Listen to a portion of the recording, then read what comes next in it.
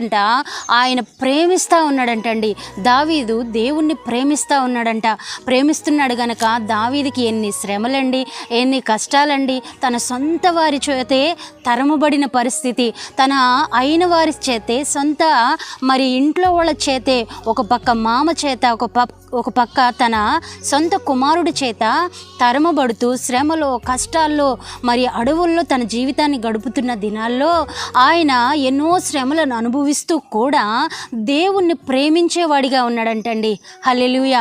మనకు కూడా ఎన్నో రకాలైన కష్టాలు వస్తున్నాయి కదండి. మన సొంత వారే మనల్ని నిందిస్తూ ఉన్నారు, మన అయినపోయిన వారే మనల్ని అవమానపరుస్తూ ఉన్నారు. ఇదిగో మనం చేసిన ఆయా ఉపకారాలను మర్చిపోయి మనల్ని నిందించేవారిగా మన సొంత వారు ఉన్నప్పుడు, అయినా కానీ మనం ఆ పరిస్థితుల్లో కూడా దేవుణ్ణి విడవక ప్రేమిస్తే ఆయన ఏమంటున్నాడంటే, అతడు నా నామమును ఎరిగినవాడు. హల్లెలూయా.